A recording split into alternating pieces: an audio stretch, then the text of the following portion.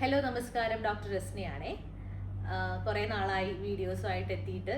അപ്പോൾ ഇന്ന് ന്യൂസൊക്കെ കണ്ടപ്പോൾ ഒരുപാട് ഷിഗല്ല അല്ലെങ്കിൽ ഷിഗലോസിസ് എന്ന അസുഖം നമ്മുടെ കേരളത്തിൽ ഒരുപാട് സ്പ്രെഡ് ആയിക്കൊണ്ടിരിക്കുന്ന ഒരു ന്യൂസ് കണ്ടു. അപ്പോൾ പലർക്കും ഇത് എന്താണ്, എങ്ങനെ വരുന്നു, അല്ലെങ്കിൽ നമുക്ക് എങ്ങനെ ഇത് മാനേജ് ചെയ്യാം എന്നൊന്നുള്ള ഒരു അറിവില്ല. ഷിഗല്ല എന്ന് കേൾക്കുമ്പോൾ തന്നെ ചില ആൾക്കാർക്ക് ഭയങ്കര പേടിയും കാര്യങ്ങളൊക്കെ ആയിരിക്കാം. ഇത് എന്താണ്, ഇങ്ങനെ ഒരു പേര് പുതുതായിട്ട് കേട്ട് വരുന്നതാണല്ലോ എന്ന്. അപ്പം ഞാൻ വിചാരിച്ചു നിങ്ങൾക്ക് വേണ്ടിയിട്ട് ഷിഗലോസിസ് എന്ന ഈ ഒരു അസുഖത്തെ പറ്റിയിട്ട് ഒരു ചെറിയൊരു ബോധവൽക്കരണം തരണമെന്ന്. അങ്ങനെയാണ് ഇന്ന് വീഡിയോ ചെയ്യുന്നത്. അപ്പോൾ ഫസ്റ്റ് ഓഫ് ഓൾ ഞാൻ പറഞ്ഞല്ലോ, നമ്മുടെ കേരളത്തിൽ ഒട്ടുമിക്ക എല്ലാ ജില്ലകളിലും ഷിഗലോസിസ് പടർന്നുകൊണ്ടിരിക്കുകയാണ്. ഡെയിലി ഒരുപാട് കേസസ് റിപ്പോർട്ട് ചെയ്യുകയാണ്, പലരിലേക്കും ഇത് എത്തിക്കൊണ്ടിരിക്കുകയാണ്. അപ്പോൾ എന്തുകൊണ്ടായിരിക്കാം ഈ ഒരു അസുഖം ഇത്ര പെട്ടെന്ന് നമ്മളിലേക്ക് എത്തിക്കൊണ്ടിരിക്കുന്നത്? അതുപോലെ നമുക്ക് എന്തൊക്കെ കാര്യങ്ങൾ, എന്തൊക്കെ പ്രിവെൻഷൻസും എന്തൊക്കെ പ്രിക്കോഷൻസും ഒക്കെ എടുക്കാൻ വേണ്ടി സാധിക്കും, അതുപോലെ നമുക്ക് ചെയ്യാൻ പറ്റുന്ന ചെറിയ ചെറിയ ഹോം ടിപ്സ്, ഇങ്ങനെ കുറച്ച് കാര്യങ്ങളൊക്കെ ഇൻക്ലൂഡ് ചെയ്തിട്ടാണ് ഞാൻ ഈ വീഡിയോ ചെയ്യുന്നത്.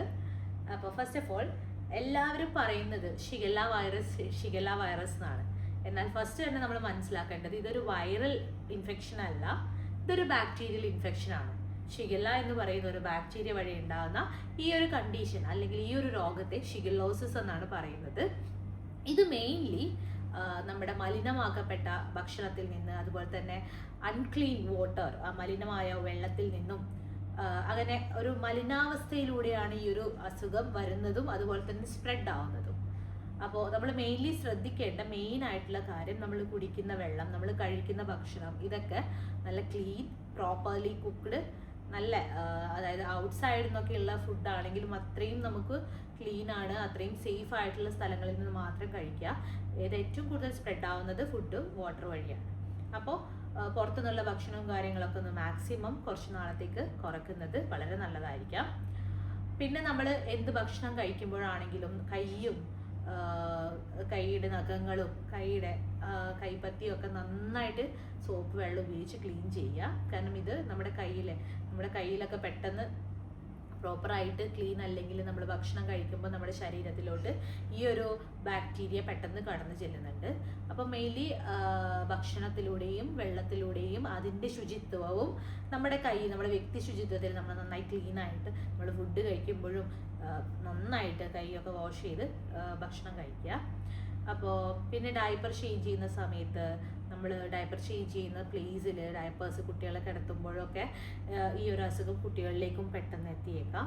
അപ്പോൾ ഇതൊക്കെയാണ് ഈ ഷിഗല്ല ബാക്ടീരിയ നമ്മളിലേക്ക് എത്താനുള്ള മെയിൻ ആയിട്ടുള്ള കുറച്ച് റീസൺസ്. അപ്പോൾ എന്തൊക്കെയാണ് ഈ ഒരു അസുഖം വന്നു കഴിഞ്ഞാൽ നമുക്ക് ഉണ്ടാവുന്ന സിംറ്റംസ്? ആദ്യം തന്നെ നല്ല പനി എന്തായാലും പ്രതീക്ഷിച്ചോളൂ. കാരണം സ്റ്റാർട്ടിങ്ങിൽ തന്നെ നമുക്ക് പനി ഉണ്ടാവാം, അല്ലെങ്കിൽ വയറിളക്കം. മെയിൻലി ഈ ഷിഗല്ല ബാധിച്ചിട്ടുള്ള ഒരാൾക്ക് തീർച്ചയായിട്ടും വയറ് സംബന്ധമായ ബുദ്ധിമുട്ടുകൾ ഉണ്ടായേക്കാം.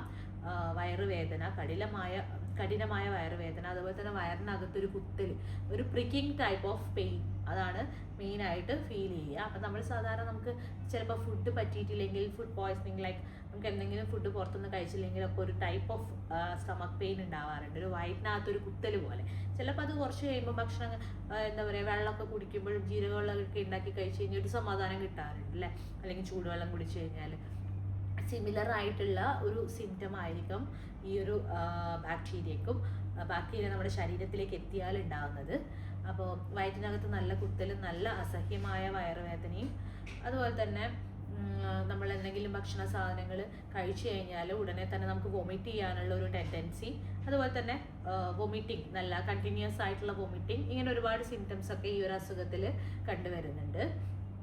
നമുക്ക് ഇടയ്ക്കിടയ്ക്ക് ടോയ്ലറ്റിൽ ടോയ്ലറ്റ് യൂസ് ചെയ്യണം എന്നുള്ള ഒരു ഫീലിങ്സ് പേഷ്യൻസ് കാണിക്കുന്നുണ്ട്.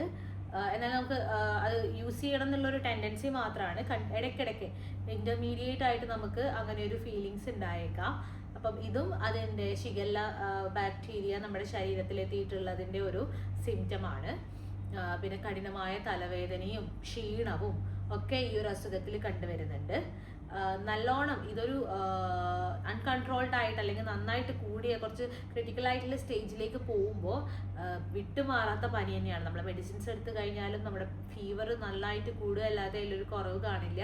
അതുപോലെ തന്നെ കണ്ടിന്യൂസ് ലൂസ് മോഷൻ, അതിൽ നമ്മൾ പാസ് ചെയ്യുന്ന മോഷനിൽ നന്നായിട്ട് ബ്ലഡ് ഉണ്ടായേക്കാം. ഈവൻ നമുക്ക് ഒരു ഷിഗല്ല ബാക്ടീരിയ എൻ്റർ ചെയ്ത് കഴിഞ്ഞാൽ തന്നെ നമ്മൾ മോഷൻ പാസ് ചെയ്യുന്ന സമയത്ത് സ്റ്റൂൾസിൽ ബ്ലഡും അതുപോലെ തന്നെ സ്ലൈമി ആയിട്ടുള്ള ഒരു ഫ്ലൂയിഡും നമുക്ക് നമ്മുടെ സ്റ്റൂൾസിൽ കാണാം. അപ്പോൾ ഇത് നമുക്ക് അൺകൺട്രോൾഡ് ആയിട്ടുള്ള ഒരു ലെവലിലേക്ക് പോയി കഴിഞ്ഞാൽ ലൂസ് മോഷൻ വിത്ത് ബ്ലഡ് കാണാൻ വേണ്ടി സാധിക്കും. പിന്നെ കണ്ടിന്യൂസ് ആയിട്ടുള്ള ഫീവർ, അൺകൺട്രോൾഡ് ആയിട്ടുള്ള ഫീവർ, ഷിവറിങ് ഒക്കെ ഈ ഒരു അസുഖം വരുമ്പോൾ നമുക്ക് നിങ്ങൾക്ക് കാണാൻ വേണ്ടി സാധിക്കും. അതുപോലെ തന്നെ കണ്ടിന്യൂസ് വൊമിറ്റിംഗ് ടെൻഡൻസി, ഇതൊക്കെ നന്നായിട്ട് കൂടും. വൊമിറ്റ് ചെയ്യുന്ന വൊമിറ്റസിലും നമുക്ക് ചിലപ്പോൾ ബ്ലീഡിങ് ബ്ലഡ് കണ്ടൻസ് ഒക്കെ കാണുന്നുണ്ട്. അപ്പോൾ ചിലപ്പോൾ ഭയങ്കര ക്ഷീണം, നമ്മുടെ ശരീരത്തിലത്തെ വെള്ളം, കാരണം കണ്ടിന്യൂസ് ലൂസ് മോഷൻ വൊമിറ്റിംഗ് ഒക്കെ വരുമ്പോൾ തന്നെ നമുക്ക് ഒരുപാട് ഫ്ലൂയിഡും സാൾട്ട് മിനറൽസ് ഒക്കെ നമുക്ക് ശരീരത്തിൽ നിന്ന് നഷ്ടപ്പെടും. അപ്പം അങ്ങനെയുള്ളൊരു സിറ്റുവേഷനിൽ നമ്മുടെ ശരീരത്തിന് ഡ്രൈനെസ്സും അതുപോലെ തന്നെ വല്ലാത്തൊരു ടയേർഡ്നെസ്സും ഫീൽ ചെയ്തേക്കാം. അപ്പം ചുണ്ട് വരളുക, അതുപോലെ ഫേസ് പെയിലാവുക, ഇതൊക്കെ അതിൻ്റെ ഒരു കുറച്ചും കൂടി സീരിയസ് ലെവലിലേക്ക് മാറുമ്പോൾ ഉണ്ടാകുന്ന ഒരു സിംറ്റംസ് ആണ്. അപ്പം അങ്ങനെയുള്ള സിംറ്റംസ് ഒക്കെ കാണുമ്പോൾ തന്നെ നമ്മൾ എന്തായാലും എമർജൻസി ആയിട്ട് ഡോക്ടറിൻ്റെ അടുത്ത് പോകേണ്ടതുണ്ട്. പിന്നെ ഡോക്ടേഴ്സ് ഇത്രയും സീരിയസ് ആയിട്ട് ഇത് പോവുകയാണെങ്കിൽ എന്തായാലും ആൻറ്റിബയോട്ടിക്സ് പ്രിസ്ക്രൈബ് ചെയ്യും.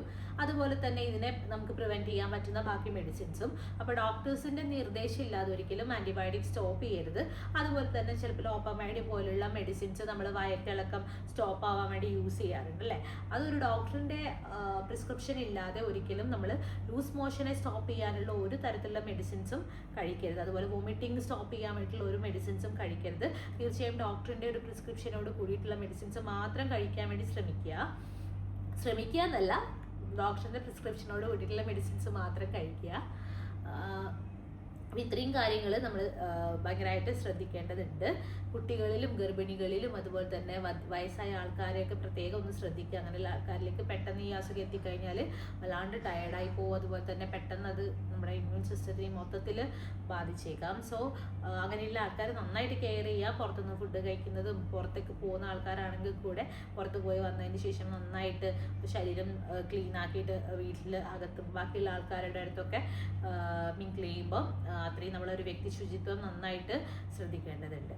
അപ്പം ഇതൊക്കെയാണ് നമ്മൾ ഷിഗല്ല ബാക്ടീരിയയെ നമ്മളിലേക്ക് എത്താതിരിക്കാൻ വേണ്ടിയിട്ട് ശ്രദ്ധിക്കേണ്ട കാര്യങ്ങൾ. നമുക്ക് വീട്ടിലാണെങ്കിലും ഇങ്ങനെ ഒരു അസുഖം വന്നു കഴിഞ്ഞാൽ ഈ ഒരു സിറ്റുവേഷൻ ഈ ഒരു ബാക്ടീരിയ എൻ്റർ ചെയ്തു അല്ലെങ്കിൽ നമ്മൾ ഈ ഒരു അസുഖം നമുക്ക് ഡിറ്റക്ട് ചെയ്ത് കഴിഞ്ഞാൽ മാക്സിമം ഫ്ലൂയിഡ് എടുക്കുക, ORS നന്നായി വെള്ളം കുടിക്കുക, ഡോക്ടേഴ്സ് തരുന്ന മെഡിസിൻസ് ഒക്കെ കറക്റ്റായിട്ട് കഴുകുക, പ്രോപ്പറായിട്ട് കൈയും ഒക്കെ നന്നായിട്ട് വാഷ് ചെയ്ത് അതുപോലെ തന്നെ ക്ലീൻ ആയിട്ടുള്ള വെള്ളവും ഭക്ഷണമൊക്കെ കഴിക്കാൻ ശ്രമിക്കുക. മാക്സിമം ലൈറ്റ് ഫുഡ്, ഓയിലായിട്ടുള്ള ഫുഡ്, അതുപോലെ തന്നെ കേട്, മിൽക്ക് ഉൽപ്പന്നങ്ങൾ, പാലുൽപ്പന്നങ്ങൾ, ഇതുപോലുള്ള ഐറ്റംസ് ഒക്കെ ഒഴിവാക്കുക. നല്ല ക്ലീൻ ആയിട്ടുള്ള വെള്ളം അല്ലെങ്കിൽ തേങ്ങാ വെള്ളം, കോക്കനട്ട് വാട്ടർ, കഞ്ഞിവെള്ളം, അതുപോലെ ജീരകവെള്ളം, ഇതൊക്കെ നന്നായിട്ട് കുടിക്കുക. ORS നന്നായിട്ട് കുടിക്കുക നമ്മുടെ ക്ഷീണമൊക്കെ മാറാൻ വേണ്ടിയിട്ട്. ലൈറ്റ് ആയിട്ടുള്ള കഞ്ഞിയും സൂപ്പും അങ്ങനെയുള്ള ആഹാരങ്ങൾ മാത്രം കുറച്ച് ദിവസത്തേക്ക് ആ ഒരു സ്റ്റൊമക്ക് അപ്സെറ്റും നമ്മുടെ ആ ഒരു മെറ്റബോളിക് സിസ്റ്റത്തിനെ ഒന്ന് കൺട്രോൾ, ഡൈജഷനൊക്കെ പ്രോപ്പറായിട്ട് വരുന്നത് വരെ ആ ഒരു രീതിയിലുള്ള ലൈറ്റായിട്ടുള്ള ലഘുഭക്ഷണം മാത്രം കഴിക്കുക. ഓയിലി സ്പൈസി ആയിട്ടുള്ള ഐറ്റംസൊക്കെ കംപ്ലീറ്റ്ലി, ഈവൻ ഫ്രൈഡ് ഐറ്റംസൊക്കെ കംപ്ലീറ്റ്ലി ഒഴിവാക്കുക. അപ്പോൾ ഇത്രയും കാര്യങ്ങൾ നന്നായിട്ട് ശ്രദ്ധിക്കുക. അസുഖം വരാതിരിക്കാനും വന്നവർക്കാണെങ്കിൽ അസുഖം പെട്ടെന്ന് മാറാനുമുള്ള കാര്യങ്ങൾ കുറച്ചെണ്ണം ഞാനിവിടെ ഡിസ്കസ് ചെയ്തിട്ടുണ്ട്. അപ്പോൾ അതൊക്കെ ശ്രദ്ധിച്ചിട്ട് മുന്നോട്ട് പോവുക. ആർക്കും അസുഖം വരാതിരിക്കട്ടെ അല്ലേ. Thank you.